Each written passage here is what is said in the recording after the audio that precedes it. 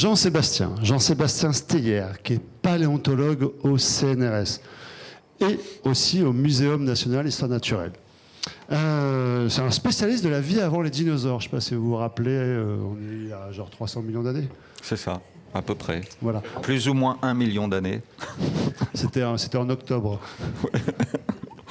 Et donc, il travaille sur les flores et sur les faunes pangéennes. Est-ce que je rappelle ce que c'est que la Pangée ? Oui. J'ai l'impression.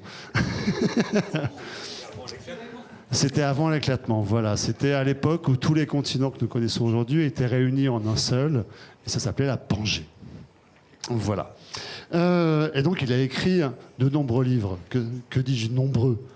Une quantité phénoménale de livres. Notamment La Terre avant les dinosaures, justement, Les mondes perdus, la nouvelle préhistoire. Il est aussi spécialiste en biologie spéculative. Peut-être que tu pourras nous dire de quoi il s'agit précisément. Ou non, je vais le faire en fait, puisqu'il s'agit d'un exercice de pensée qui imagine les espèces animales et végétales plausibles. Et à ce titre, il a publié Exquise planète et Demain, les animaux du futur. Et ensuite, il travaille aussi régulièrement avec des artistes contemporains, certains qu'on connaît ici, Vincent Fournier, Oriane Kida, Alexa Brunet. Et enfin, quand il est à son bureau à Paris, parce qu'il est souvent en expédition de par le monde, il est aussi conférencier et commissaire d'exposition. Et un de ses derniers livres, c'est Anatomie comparée des espèces imaginaires. Donc vous voyez la couverture s'afficher devant vos yeux. Et donc sur les traces des dinosaures, des expositions. Donc ce sont des livres qui se déclinent régulièrement sous forme d'exposition. Et donc expositions qui sont en général couronnées de grands succès. Et je ne sais pas si c'est à moi de le dire ça, parce qu'il a aussi co-dirigé un ouvrage intitulé Tolkien et les sciences. Et quand je dis co-dirigé, c'est que deux autres co-directeurs, c'est celui qui est en train de parler en ce moment, quoi. Voilà. Donc Jean-Sébastien, à toi. Merci Loïc. Bonjour ou re-bonjour, je suis ravi d'être là. Merci beaucoup pour l'invitation. Alors on va, pas forcément changer de registre, mais on va rester dans la culture des mondes imaginaires, contes, littérature fantastique, heroic fantasy, médiévale fantastique, pour en fait partir et dérouler des méthodes scientifiques qu'on utilise en vrai, nous, paléontologues ou naturalistes. On va se mettre, si vous voulez, dans la peau de naturalistes et on va analyser ces espèces imaginaires, qu'elles soient animales, végétales ou autres, à la lumière des connaissances actuelles. En fait, c'est un petit peu mon travail et je m'amuse à puiser dans cette culture pop ou culture des mondes imaginaires des espèces emblématiques, alors issues de mythologie, de contes, mais aussi de bandes dessinées, de grandes figures de l'heroic fantasy. Loïc a parlé de Tolkien, évidemment, et plein d'autres. Pour le but c'est de se faire plaisir, bien sûr, parce qu'on aime bien ces œuvres-là, c'est pas non plus des fanbooks, mais c'est de puiser dans des mondes qui sont très construits, très logiques, pas forcément pour déconstruire, mais pour enrichir le discours en expliquant justement la méthode scientifique encore une fois. Et quand j'interviens en fait dans les établissements scolaires, souvent les élèves, les profs aussi, sont ravis en me disant « Ah, mes élèves ou monsieur, grâce à vous, maintenant, on va regarder un film ou on va jouer à un jeu vidéo ou on va regarder un bon vieux Miyazaki avec un regard un peu différent, analytique, d'anatomiste ou de naturaliste. Et puis, on va essayer d'étudier en fait ces espèces-là. Et elles sont très riches. Les premières études d'anatomie comparée ne datent pas d'hier, mais plutôt d'avant-hier, avec Léonard de Vinci. On a évoqué aussi en discussion Cuvier tout à l'heure au Jardin des Plantes. Autre jardin, justement, Jardin du Roi à l'époque, qui a été transformé, dont la dénomination en fait a été transformée en Muséum national, enfin Jardin des Plantes du Muséum national d'histoire naturelle après la Convention, alors que la fonction est restée la même en fait. Cuvier, un des grands fondateurs de l'anatomie comparée, qui va considérer en fait les parties analogues des animaux pour mieux les cerner, pour mieux les classifier, alors que Cuvier était encore dans un contexte fixiste. On parlait de paradoxe justement tout à l'heure. Il n'acceptait pas les prémices des idées évolutives de son confrère Lamarck, qu'il torpillait même au niveau de la petite enceinte qui est encore le jardin des plantes. Cela dit, il a formalisé en fait la méthode d'anatomie comparée qui nous permet, nous aujourd'hui paléontologues, grâce à lui, de vous dire qu'à partir d'une dent tranchante avec une section oblongue et puis un certain nombre de crénelures par millimètre carré, de vous dire que cette dent fossile trouvée d'une manière isolée dans les sédiments appartient à un théropode, par loi de corrélation de croissance, pour reprendre en fait les termes de Cuvier. Alors si on gratte un petit peu dans la bibliographie historique, on va se rendre compte qu'avant Cuvier, peu de temps avant, il y avait quand même Tyson du côté, outre-Manche, qui utilisait la comparaison d'organes homologues pour mieux cerner la morphologie justement des cerveaux chez les primates.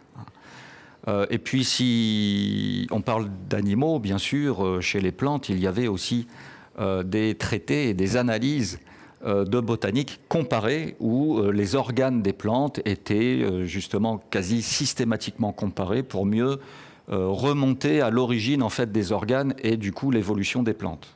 C'est le but en fait aujourd'hui, l'anatomie comparée. On l'utilise tous les jours en paléontologie et en sciences naturelles pour faire ce qu'on appelle de la phylogénie, c'est-à-dire des études ou des analyses de relations de parenté. Et à partir de ces arbres, qui sont des arbres d'évolution de caractère morphologique, on en déduit une histoire évolutive. C'est vraiment comme ça que se fondent les discours évolutifs des différents groupes, animaux, plantes ou autres, aujourd'hui. Alors on peut puiser différents types d'êtres fantastiques, de monstres ou de merveilles. On peut démarrer sur les dragons parce que dans les jardins ou dans les milieux forestiers, il y a beaucoup de dragons plus ou moins fantastiques, plus ou moins sympathiques. Ça, c'est un remix, enfin une version de 2016 d'Eliott et Peter le Dragon, qui est un Disney, qui date de 1977, où on est à l'époque de Mary Poppins en termes de cinéma. On a l'intégration, en fait, déjà à l'époque, d'images animées et puis de jeux d'acteurs réels.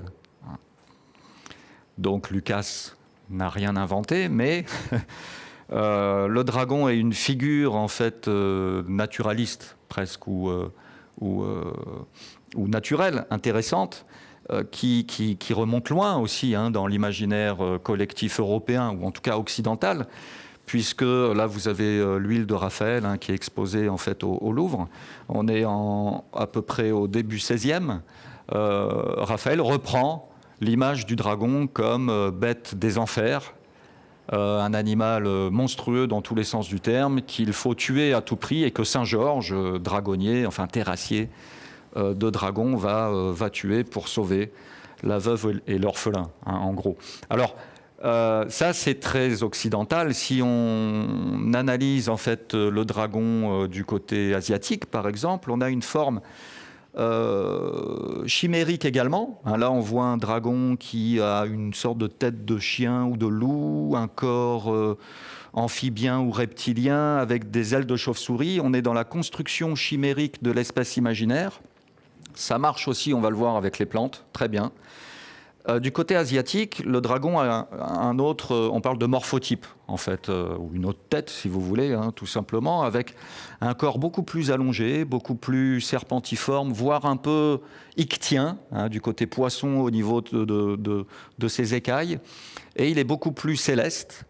Il est beaucoup plus sympa même que notre dragon à nous, parce que dans la mythologie au Sichuan, je crois, il y a des anciennes tablettes, enfin des anciens parchemins plutôt, qui racontent que ces dragons-là, enfin le dragon tel qu'il était imaginé à l'époque, était un monstre certes, mais un monstre qui descendait de la voûte céleste pour répandre en fait les bienfaits et les richesses sur Terre, mais il devait remonter assez rapidement avant la fermeture des nuages, sinon il tombait pétrifié au sol. Et comme par hasard, dans ces mêmes temples, ont été découverts et collectés à l'époque des restes de sauropodes. Les sauropodes sont des grands dinosaures herbivores à long cou et longue queue. Donc peut-être que l'origine, en tout cas une sorte de proto-paléontologie,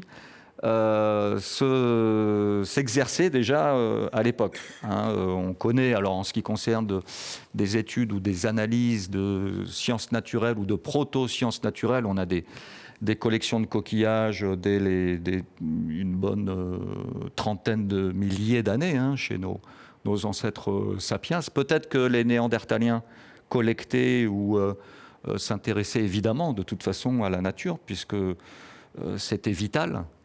Non seulement pour se soigner, mais aussi pour comprendre les éléments et avoir une sorte de temps d'avance aussi sur les saisons de chasse. Voilà donc un petit peu les différents types de dragons du côté mythologique. Du côté, on va dire, hollywoodien, le dragon est très utilisé. En fait, le dragon fait partie vraiment presque de la culture des mondes imaginaires encore aujourd'hui. Voilà une adaptation de Peter Jackson de Tolkien, où on a le dragon Smaug, qui est une construction aussi chimérique, toujours pareil, mais un peu plus moderne en ce qui concerne l'anatomie. Là, vous avez un dragon dont les membres antérieurs, les pattes avant, sont transformés en ailes, comme les chauves-souris. On n'a pas forcément un rajout d'une paire d'ailes supplémentaires sur un animal à quatre pattes. On a une intégration, en fait, de la fonction volante, même si c'est une masse énorme. Vous avez le petit Bilbo, en fait, en bas à gauche de l'écran. C'est pas chercher Charlie, c'est chercher Bilbo dans l'image. Bilbo, donc, qui est un hobbit, un humanoïde d'1,50 m à peu près, à peine, et qui est missionné par la Compagnie des Nains pour récupérer l'Arkenstone dans Bilbo le Hobbit. On est en 1934, je crois, c'est le premier roman de Tolkien. Alors, on dit Tolkien, ou on peut dire Tolkien aussi. Les puristes disent Tolkien. Bon, je ne suis pas puriste de Tolkien, mais ce qui est intéressant, c'est de comparer justement la vision et l'interprétation des dragons, même du même dragon Smaug, qui était déjà à l'époque dans la chronologie fictive de Bilbo comme une espèce disparue. Donc on voit le lien entre Tolkien et puis les sciences naturelles en général, ou la paléontologie en particulier. On a parlé de Tolkien botaniste, en fait, amateur, mais botaniste, comme il était ornithologue, amateur. Il avait vraiment une sensibilité naturaliste, en plus d'être linguiste, philologue, auteur, poète, dessinateur. Et voilà la preuve. Je ne sais pas si vous êtes allé récemment au Collège des Bernardins, qui exposait les toiles d'Aubusson, magnifiques. Les mêmes toiles qui étaient déjà présentes à l'Expo Tolkien à la BNF il y a 5 ans. Enfin, elles n'y étaient pas toutes non plus. Mais voilà un dessin de Tolkien où il représente lui-même son dragon, Smaug, d'une manière différente de l'adaptation plus récente de Peter Jackson, parce qu'on a un monstre, alors reptilien, avec des ailes de chauve-souris, mais les ailes sont rajoutées sur une forme reptilienne géante à 4 pattes. Donc là, on pourrait parler plus d'hexapodes, 6 membres, ou 6 excroissances, que de tétrapodes. Nous sommes des tétrapodes, comme les amphibiens, les reptiles, les oiseaux et les autres mammifères. Les hexapodes, dans la réalité, englobent en fait les insectes et puis d'autres petites bestioles qui sont dans les sols. Et Tolkien le décrit bien, en fait, ces dragons comme des créatures serpentiformes. Alors, il parlait même de vers en anglais. L'idée du ver a percolé chez un certain Frank Herbert, pour les fans ou les lecteurs de science-fiction, qui est l'auteur de Dune. Et Herbert s'est même confié à l'époque auprès de journalistes en disant que sa carte de la planète Arrakis, la planète désertique, qu'il a dessinée dans son roman, est une sorte de copier-coller en ce qui concerne la méthodologie que la carte de la Terre du Milieu de Tolkien. Donc il y a vraiment, pour asseoir en fait l'imaginaire, la création d'un espace, d'une cartographie fictive, tout comme Tolkien invente des langues pour ensuite dérouler des scénarios, que ce soit le Seigneur des Anneaux ou Bilbo. Voilà un autre dragon assez forestier également, enfin assez lié au monde végétal. Là, on est dans l'univers d'Harry Potter, je crois qu'on l'a cité tout à l'heure. Et puis, bien, moi, je me sers un petit peu de cette iconographie globale pour rappeler les notions essentielles en sciences naturelles. On parle de convergence évolutive quand vous avez l'évolution qui bricole plusieurs solutions retenues par la sélection naturelle pour une même fonction, c'est-à-dire le vol. Hein, quand vous regardez l'aile d'une chauve-souris, elle est très différente d'une aile de ptérosaure en haut, de ptérodactyle ou d'oiseau en bas, alors que ce sont des organes qui permettent la locomotion en milieu aérien aujourd'hui. Alors se pose la question bien sûr du vol. On peut faire même de la physique avec les dragons parce qu'on peut parler d'évaluation de masse des espèces et puis des problèmes de portance, hein, puisque ce sont souvent des formes géantes mais qui volent. Alors comment font-elles pour voler? On leur attribue évidemment de la magie, donc on peut tout expliquer par la magie et puis nous on peut aller se rasseoir, comme on dit, hein, scientifique. On peut aussi utiliser les concepts de portance, hein, cette force qui arrache, qui s'oppose à la pesanteur et qui permet à des avions, en fait, à partir d'une certaine vitesse, de voler. Hein. La portance, c'est la force verticale qui est fonction. Alors, on ne va pas rentrer dans un cours de physique, j'en serais bien incapable, mais elle est fonction de plusieurs paramètres, cette force-là, dont la vitesse au carré. Donc plus vous allez vite, plus vous avez des chances de décoller.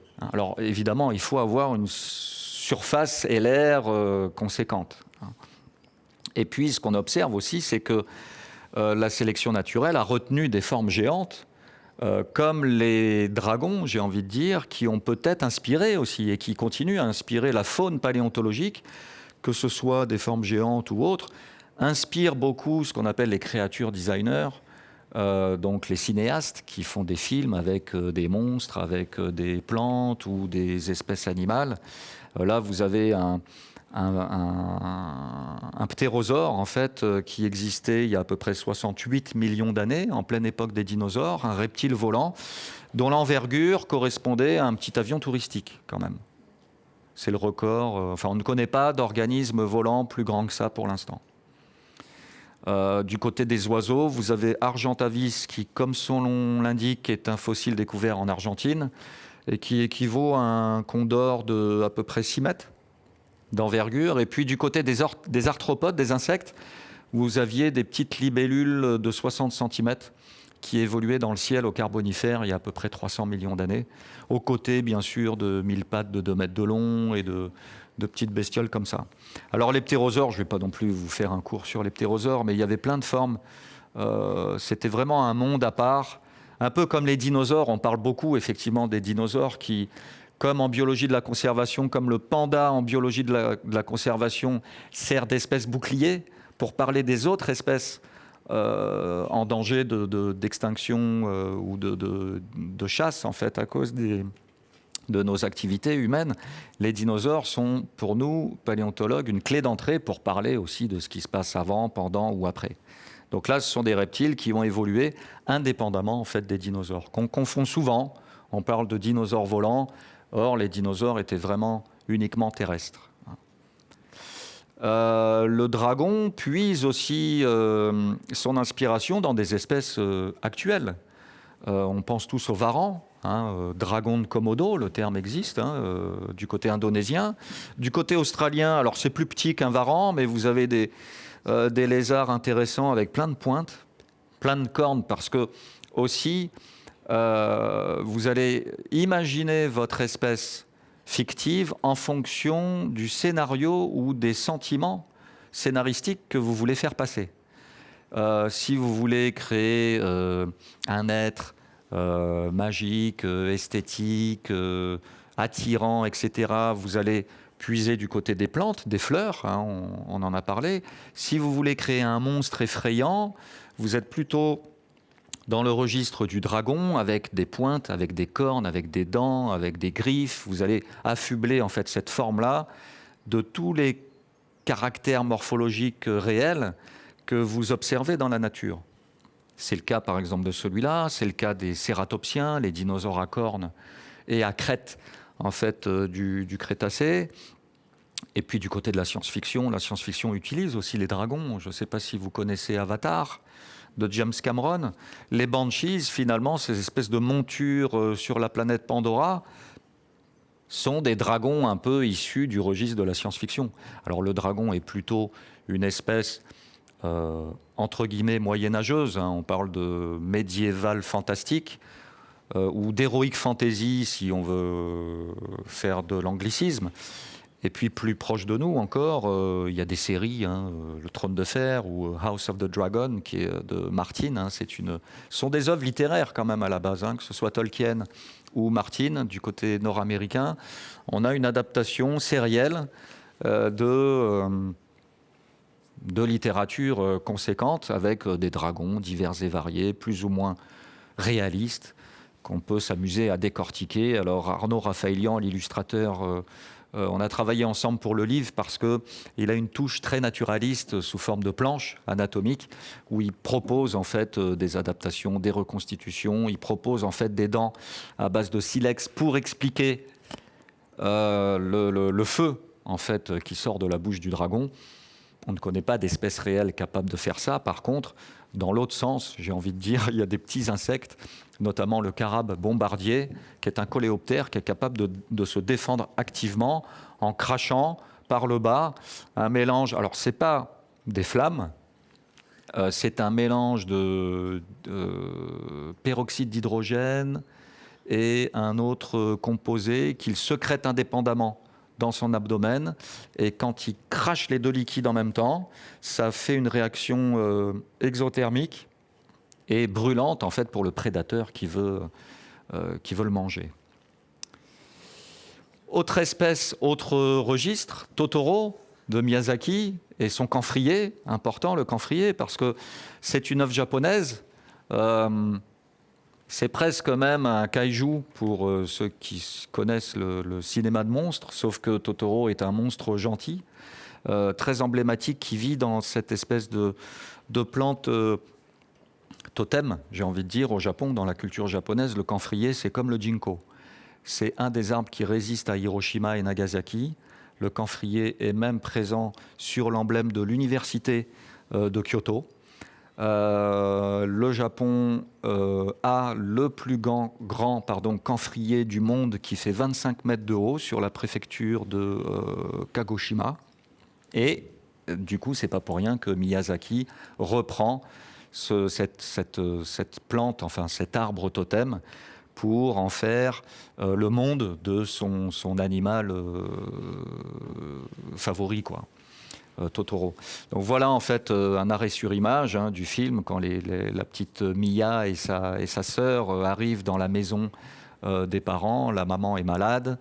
Elle voit en fait ce camphrier géant qu'on peut estimer la taille là, une centaine de mètres, dans lequel vit cet animal bizarre qui est Totoro, qui ne parle pas, qui ressemble à un gros mammifère. Alors on peut s'amuser à utiliser les clés des sciences naturelles, de la paléontologie ou de la zoologie, pour repositionner Totoro dans l'arbre du vivant.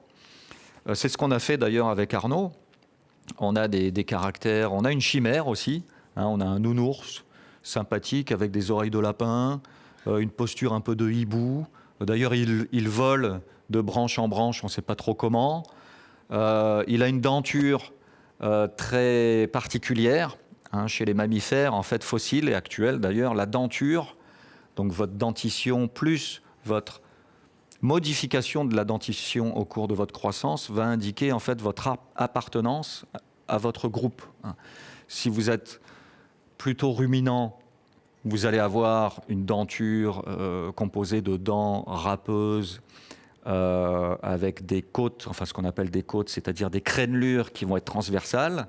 Si vous êtes plutôt de type suidé, cochon, sanglier, vous allez avoir des dents bulbeuses assez plates, assez larges. Si vous êtes de type primate, vous allez avoir une denture diversifiée, incisive, canine, prémolaire, molaire.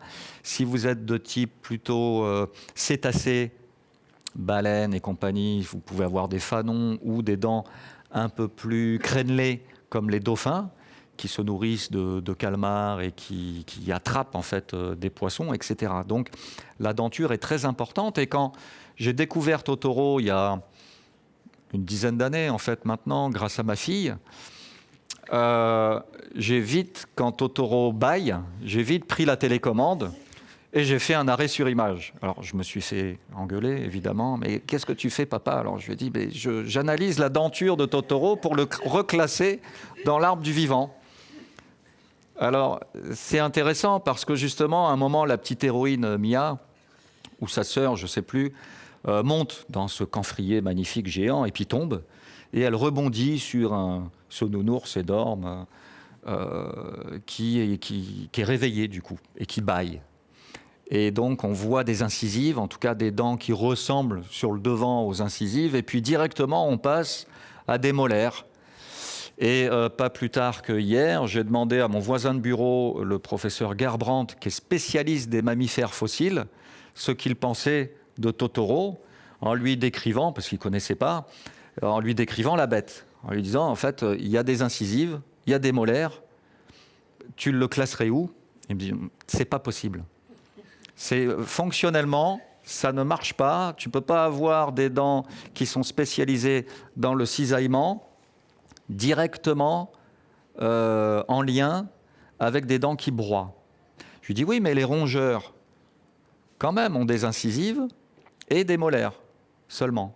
Alors il m'a dit oui, mais il y a un diastème, c'est-à-dire un vide naturel entre les dents de devant chez les rongeurs, chez les lapins aussi. Le lapin plus rongeur appartiennent au grand groupe des glires, enfin peu importe. Ça, c'est fonctionnel, parce que l'animal va ronger, emmagasiner et ensuite mâcher et ingérer. Totoro n'est pas fonctionnel d'après mon collègue de bureau, mais je suis têtu. Je lui ai dit, oui, mais qu'est-ce que tu penses des iracoïdes? Il m'a dit, tu connais ce groupe des iracoïdes? Oui, oui, même si on est spécialiste des stégocéphales, on peut s'intéresser quand même aux mammifères. Alors les iracoïdes, ce sont des... Vous prenez une marmotte, vous la faites se reproduire avec un porc-épic, et puis vous avez ces espèces de petits mammifères un peu à part dans la classification qu'on appelle justement des iracoïdes. Ça vit du côté plutôt de l'Asie, Indonésie et Asie, et ça a une denture proche de celle de Totoro, avec des molaires, en tout cas des molariformes, si on veut utiliser la nomenclature précise, et des incisives, mais les incisives sont caniniformes. Donc Totoro, difficile à classer dans l'arbre phylogénétique des mammifères que je vous ai représenté ici rapidement, où on a en fait justement les irax que sont les iracoïdes. Bizarrement, ils sont plus proches des siréniens et des éléphants que des autres mammifères. C'est le troisième groupe en partant du haut.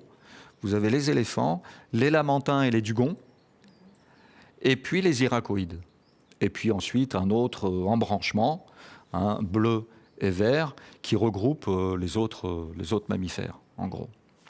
Et les iracoïdes sont intéressants parce que Totoro est énorme, et il y avait aussi des iracoïdes énormes il y a quelques millions d'années sur Terre, entre l'Éocène et l'Oligocène. Ce sont des fossiles qui sont connus en fait en Afrique, Égypte, Tunisie et Algérie, et qui peuvent un peu plus coller avec notre voisin Totoro, c'est le titre. Alors, la question demeure, comment Totoro fait-il pour voler de branche en branche alors qu'on a un truc de 2,50 m, 3 mètres de haut dont la masse peut être estimée à plus de 100 kg?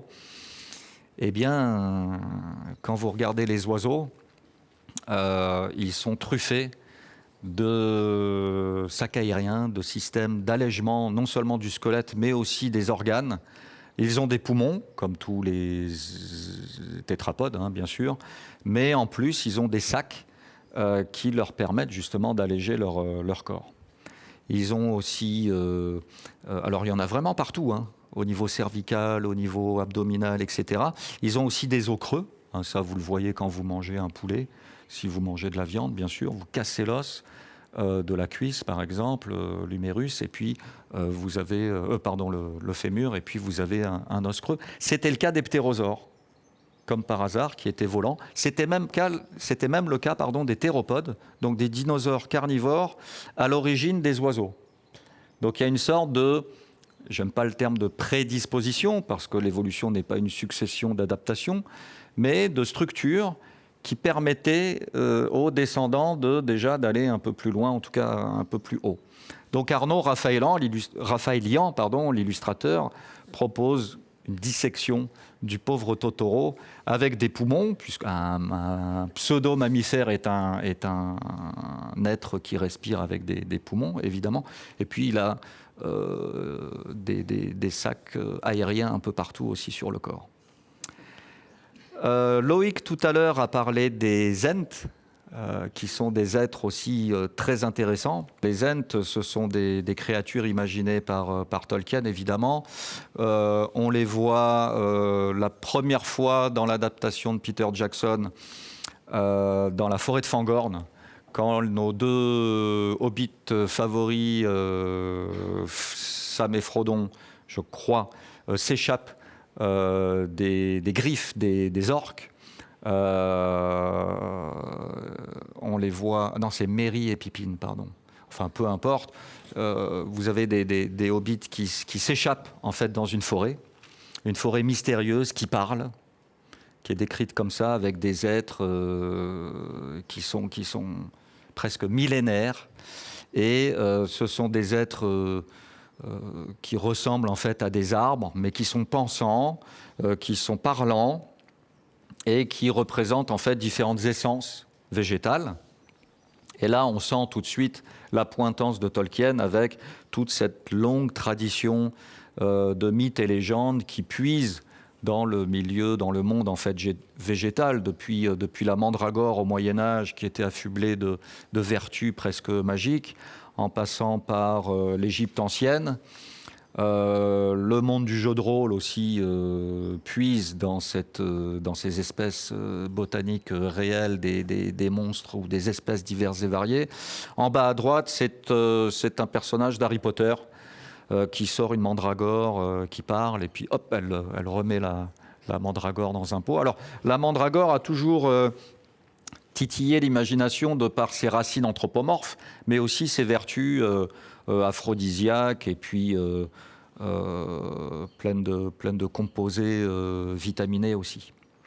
Et comme l'heroic fantasy ou le médiéval fantastique, la science-fiction utilise aussi ces êtres à la fois humanoïdes et arbres. Hein. Je ne sais pas si vous connaissez les Gardiens de la Galaxie.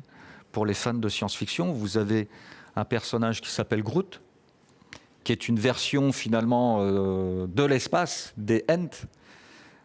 Et puis quand on essaie de repositionner par contre les Ents dans un arbre phylogénétique du vivant, alors là, un grand point d'interrogation, parce que l'arbre réel du vivant est tellement vaste moi personnellement je ne pourrais pas les replacer quelque part. On pourrait même parler de super-organismes, comme c'est le cas des arbres, où on a tendance à ne voir que la partie émergée de l'iceberg. En fait, il y a aussi tout le monde souterrain, avec toutes les mycorhizes aussi qui permettent la germination et la communication entre les pieds, sous forme d'influx. Benoît Grison, qui va venir en septembre, je crois, me corrigera, mais sous forme de communication chimique, en tout cas, de racine en racine, de radicelle en racine et de racine en autres racines, etc., d'autres pieds, pour alerter de l'arrivée de polluants ou inversement de l'arrivée de matières nutritives. Et peut-être que les Ents sont des symbioses à eux tout seuls, entre, pourquoi pas, des algues et des champignons, comme c'est le cas des lichens, qui ont permis l'installation des mêmes arbres sur les sols il y a plus de 350-400 millions d'années, et sans qui on ne serait même pas là aujourd'hui pour en parler, parce que la première diversification des espèces sur la planète, enfin sur Terre, sur la terre ferme, ce sont les plantes. Les plantes, d'abord sous forme d'associations. On parle souvent de struggle for life. D'ailleurs, c'est une mauvaise interprétation de Darwin.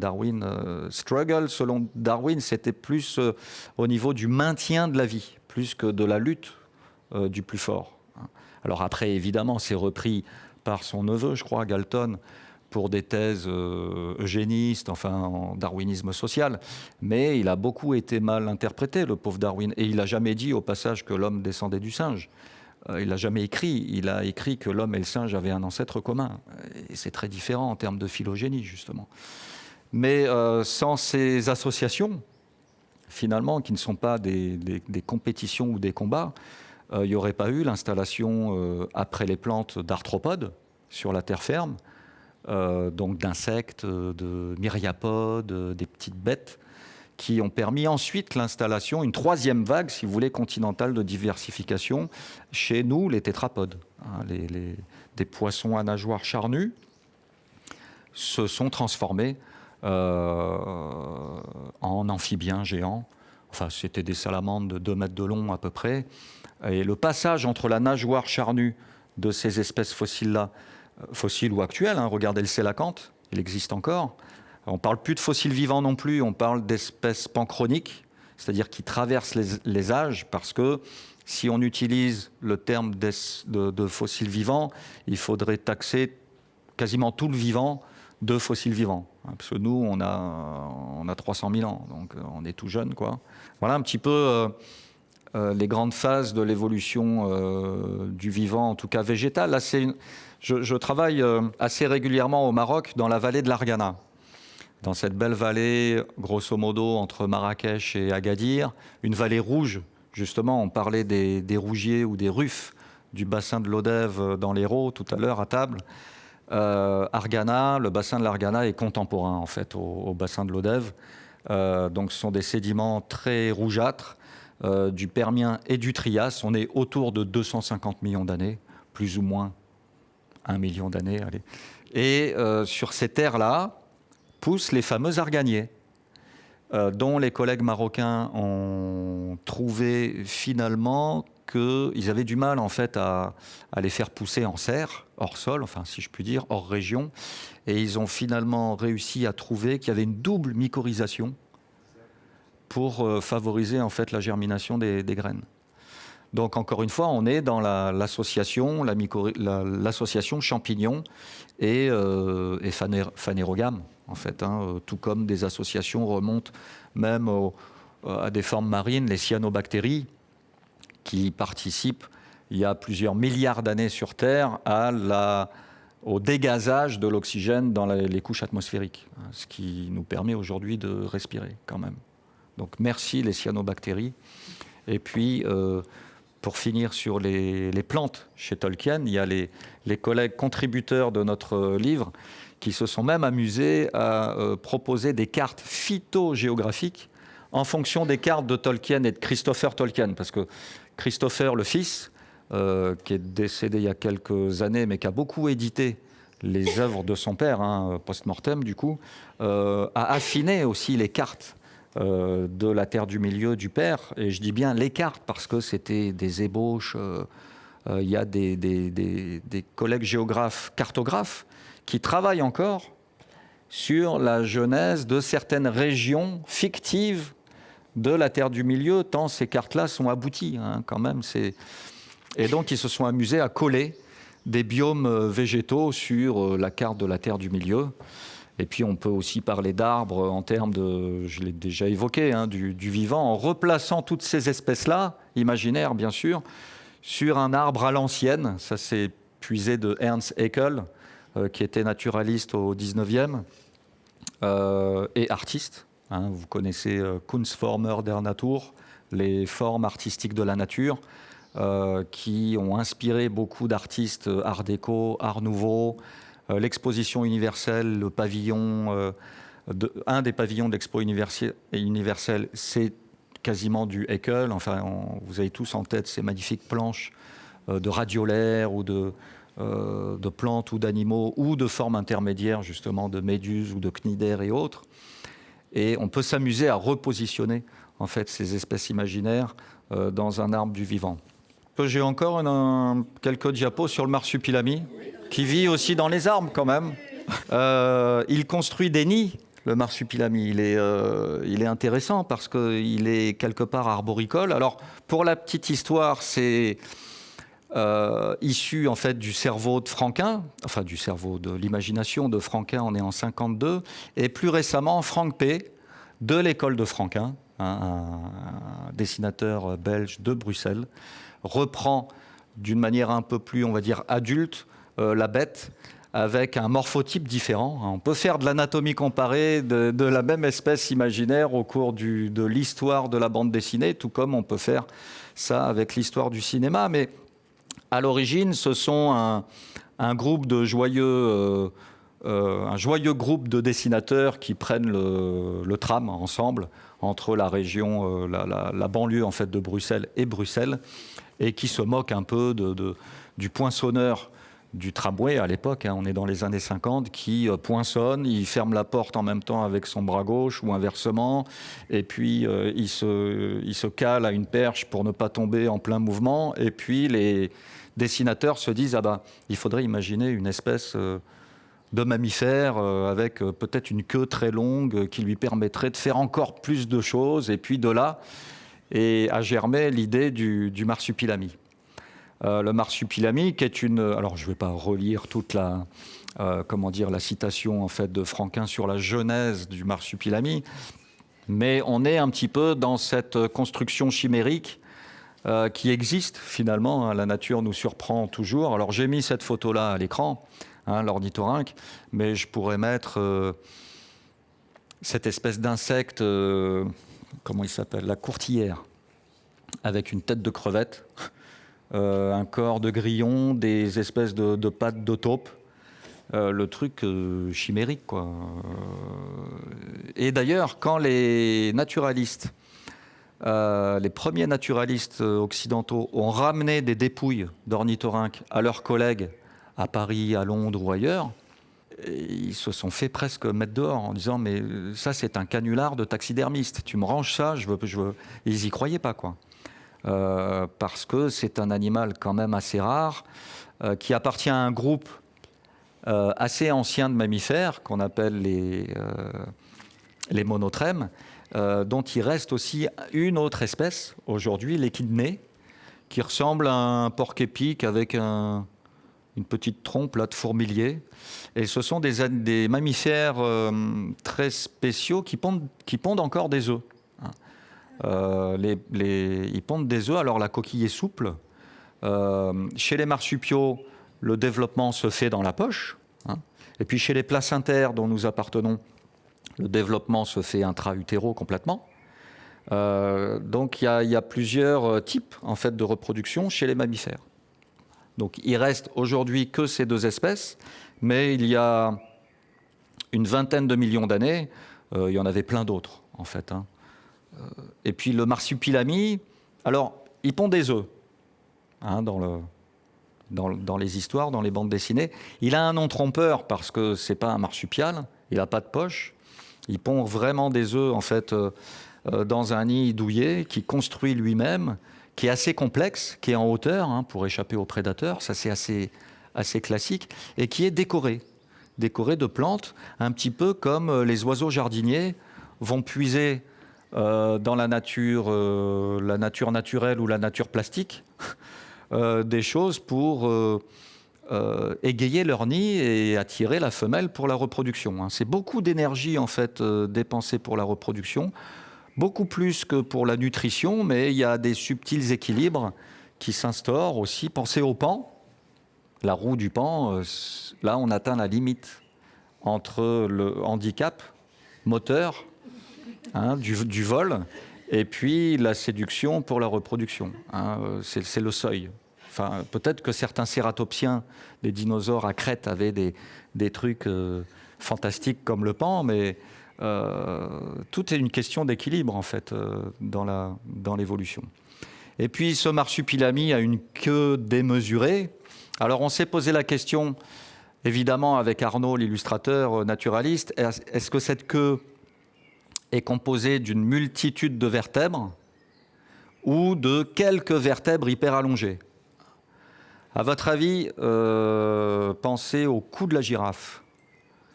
Le cou de la girafe, 7 vertèbres. 7 vertèbres uniquement, comme tous les mammifères, sauf les paresseux, qui est un groupe à part entière. Loïc, tu ne rigoles pas, s'il te plaît. Les condylarthres, en fait, les paresseux, vous voyez, je pense, le glyptodon, qui est une forme qui évoque un peu un tatou préhistorique.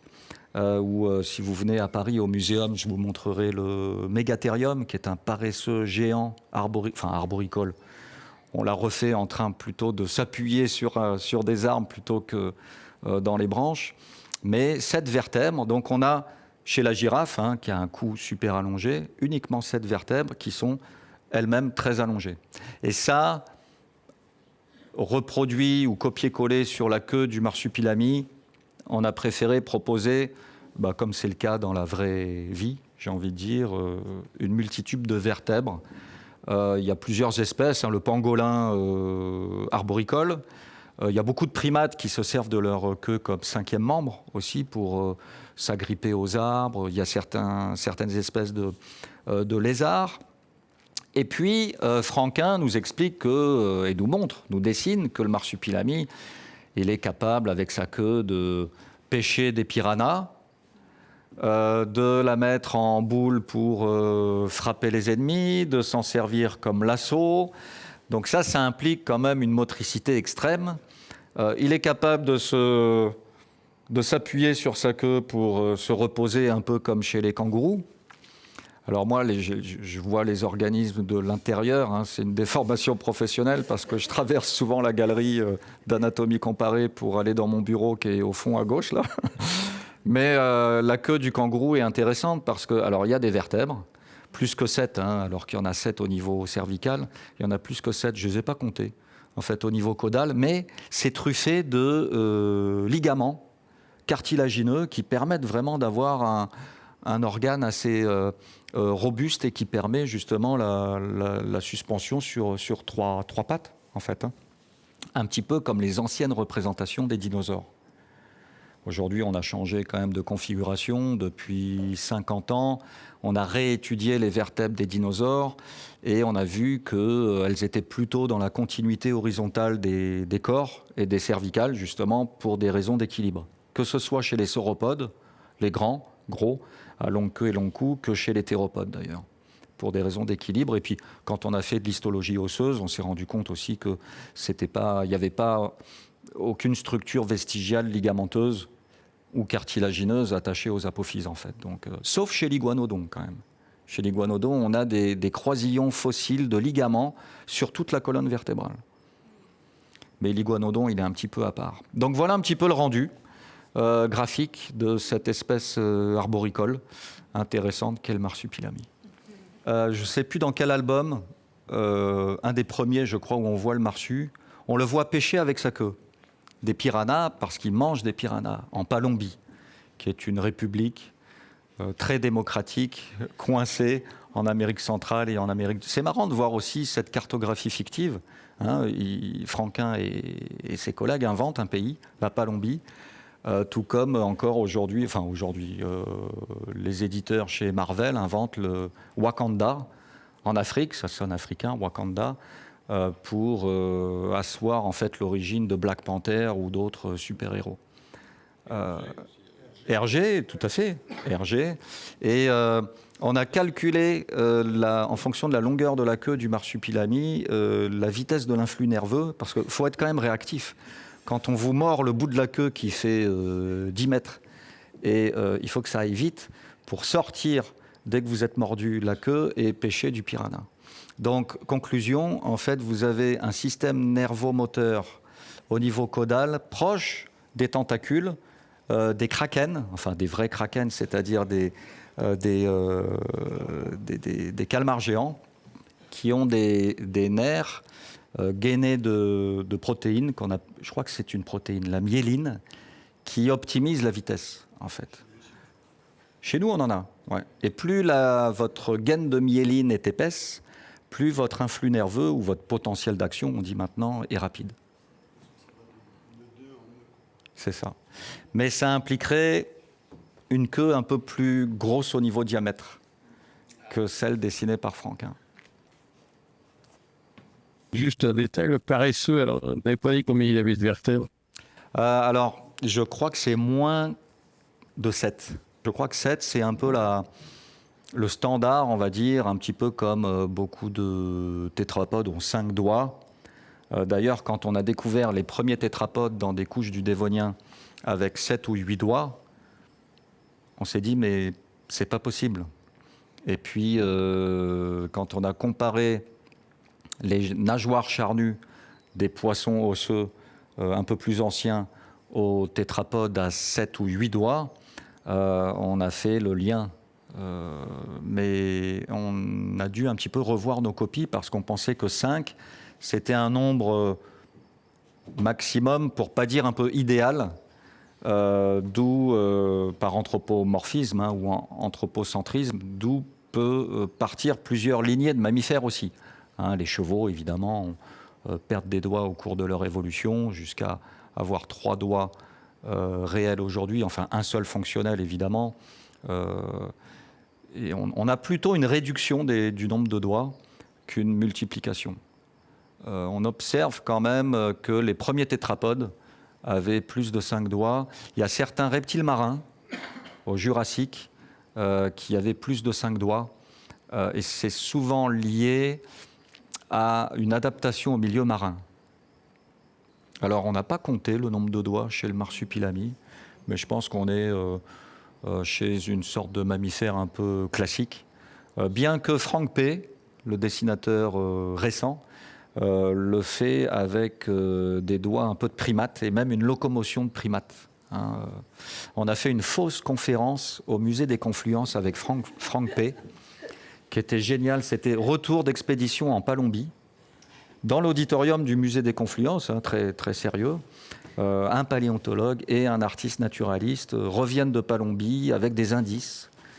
Et puis, c'était génial parce que le musée des Confluences a sorti des spécimens naturalisés de ses collections. Et puis, Frank P. dessinait en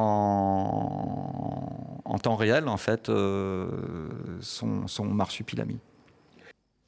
Et dans ce genre de bestiole, qu'est-ce que vous pourriez nous dire du Loch Ness? Alors le Loch Ness, c'est vrai que la cryptozoologie, la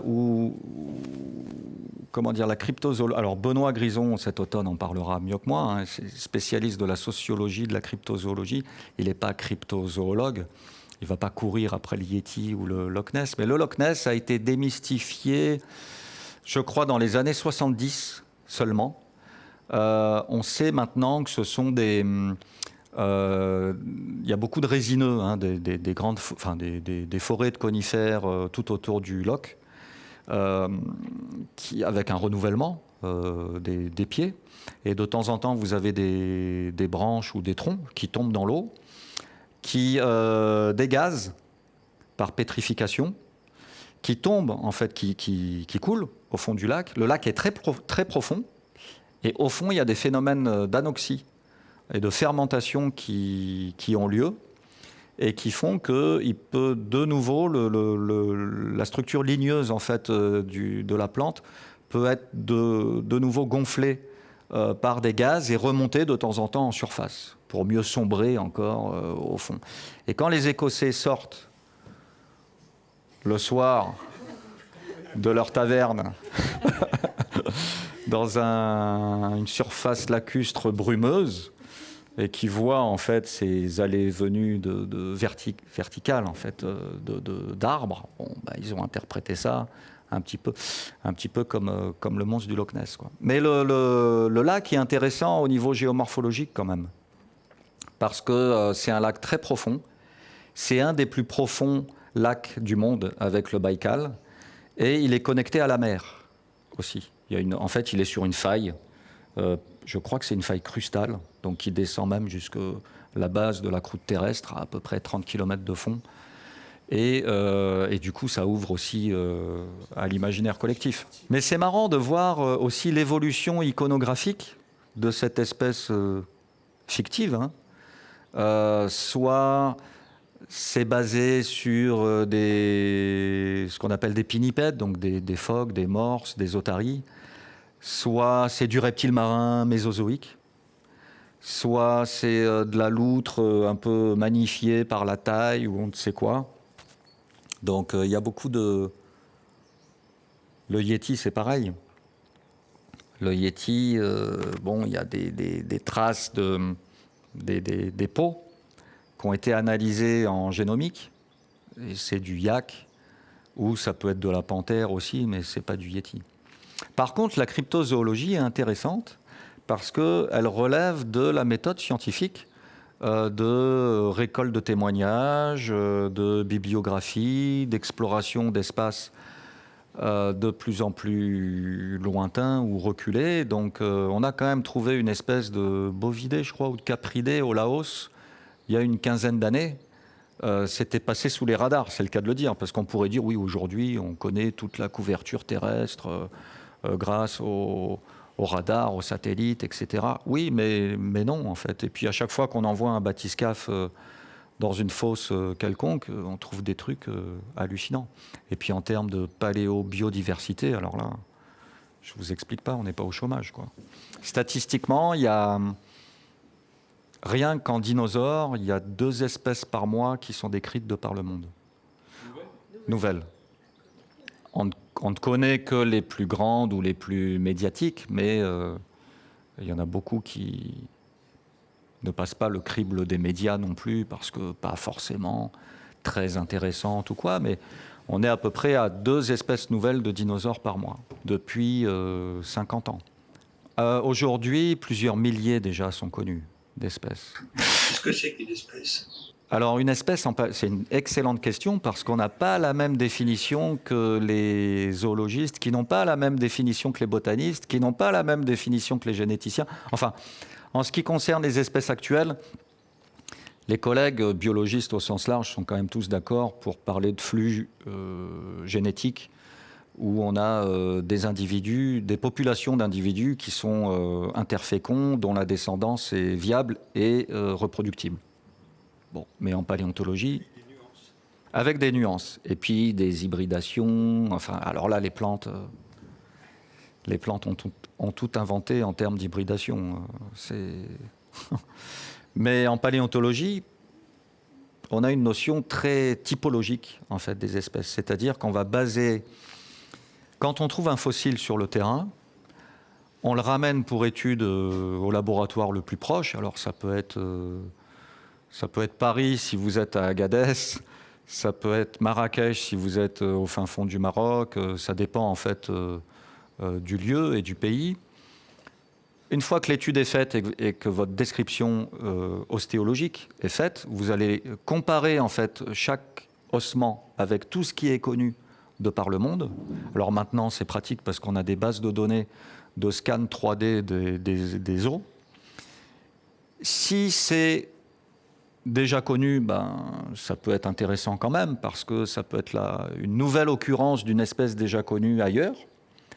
Mais si ça ne ressemble à aucune chose déjà décrite, vous dressez une liste de caractères nouveaux qu'on appelle des caractères diagnostiques et votre diagnose définit l'espèce, mais jusqu'à preuve du contraire. Donc c'est vraiment une notion floue en fait de l'espèce, parce qu'on n'a pas la population sous l'œil pour voir si ça match ou pas. Est-ce que l'IA, ça va être une aide ? Oui. Alors l'IA nous aide en ce moment beaucoup parce qu'on utilise des scanners 3D, des microtomographes. C'est du rayon X en fait, c'est des rayons X qui sont balancés sur les fossiles, et on a des radios en fait de la structure qui pivotent sur son plus grand axe. Donc, et puis on peut zoomer. Avec les synchrotrons, la lumière synchrotron aussi. Là, faut envoyer les kiloélectronvolts, mais on a quand même des analyses assez poussées au niveau des tissus osseux, etc. Et là, l'IA nous aide pour segmenter en fait les données. c'est-à-dire reconstruire quasi automatiquement la structure osseuse de la roche, parce que nos os sont encore dans la gangue rocheuse, ou souvent.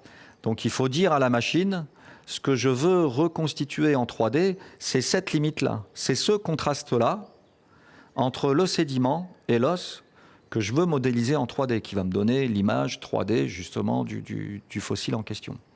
Et ça, ce paramètre-là varie pour chaque fossile.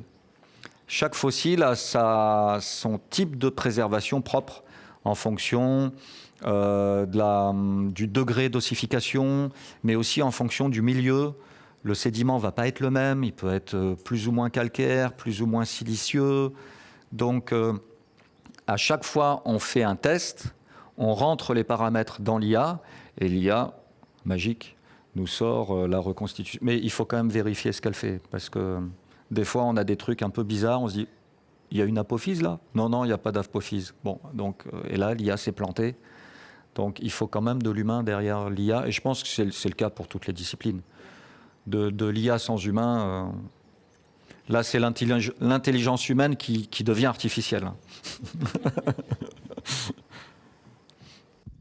Puisque vous me parlez des végétaux, qu'est-ce que vous pensez de la controverse sur la classification des espèces végétales, puisque certains disent, bon, voilà, il y avait des caractéristiques communes, donc une classification traditionnelle, et qui est remise en cause par la génétique, et qui dit, on aboutit à des classifications dans lesquelles on met dans une même espèce des plantes qui, en fait, ne se ressemblent pas du tout.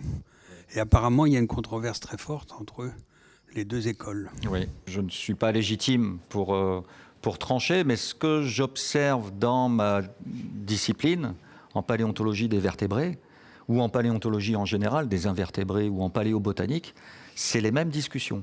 C'est-à-dire que nos arbres phylogénétiques à nous, ils sont basés sur de la morpho-anatomie, des fossiles. Et quand on les compare avec les arbres phylogénétiques des collègues molécularistes, donc qui travaillent sur des génomes, qu'ils soient actuels ou subfossiles, jusqu'à 1 million d'années, on peut faire des arbres phylogénétiques d'espèces comme le dodo, par exemple, ou d'autres subfossiles. Et des fois, on a des résultats très différents. Donc là, l'idéal, c'est de faire ce qu'on appelle une totale évidence. Alors, evidence, c'est de l'anglicisme, c'est-à-dire une compilation globale des données dans le même jeu de caractères. Donc, on mélange, en fait, des jeux de caractères de l'anatomie avec des A, T, G, C et compagnie. Et puis, on envoie ça dans les logiciels de parcimonie pour voir ce que ça donne. Et ce que ça donne, ce sont ce qu'on appelle, nous, des râteaux, c'est-à-dire que les arbres sont pas résolus. On ne sait pas.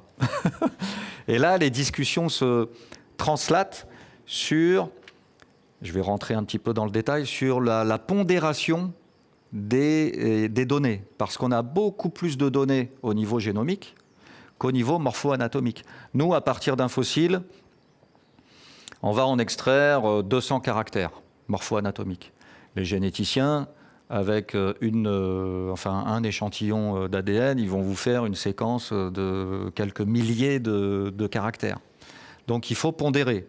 Il faut dire, moi, mes caractères morpho-anatomiques, ils ont plus de poids, mais jusqu'à quel degré que mes caractères génétiques. Et c'est là que les généticiens disent, non, mais mes caractères, ils sont importants aussi. Oui, mais les miens aussi. Et puis, bon. Oui, vous avez créé 3 catégories dans ce cas-là. Oui. Ça ne va pas être plus simple. Oui. Et en fait, il y a la classification, c'est ce qu'on appelle la systématique congruence. Donc, soit on prend les données morphologiques, soit on prend les données génétiques, soit on prend les deux, et puis on discute. Bon, il y a des collègues qui ne veulent pas discuter, quoi. L'intérêt, quand même, de prendre les molécules dans les arbres morpho-anatomiques, c'est qu'on peut, grâce à ce qu'on appelle l'horloge moléculaire, le taux de mutation moyen général au cours de l'histoire de la lignée, on peut avoir des hypothèses de travail intéressantes. C'est-à-dire que si demain vous décidez de travailler sur l'origine des dinosaures, vous pouvez vous regarder les arbres phylogénétiques j'ai envie de dire des vrais dinosaures qui vous indiquent que l'origine, le plus vieux dinosaure connu, c'est Eoraptor. On est à peu près à moins 235. Mais si vous intégrez les molécules et les arbres phylogénétiques des oiseaux, hein, qui sont des dinosaures à plumes aujourd'hui, vous allez avoir une origine à moins 250. Donc ça, c'est intéressant. Ça veut dire que l'origine du groupe, il est souvent, et c'est logique, plus ancien que ce qu'on connaît, nous, à l'état fossile. Et plus on creuse, plus on se rend compte que les origines sont anciennes, en fait. Et là, il y a un papier de collègues suédois et australiens qui vient de sortir la semaine dernière sur l'origine des tétrapodes, donc tous les amphibiens, les oiseaux, les reptiles, les mammifères. Ils ont trouvé des fossiles qui suggèrent une origine encore plus ancienne.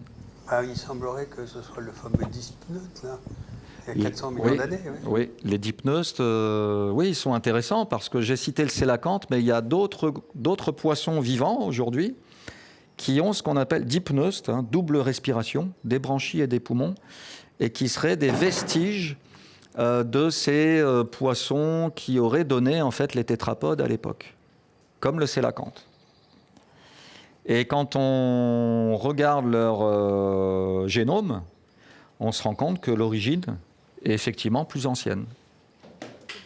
Merci.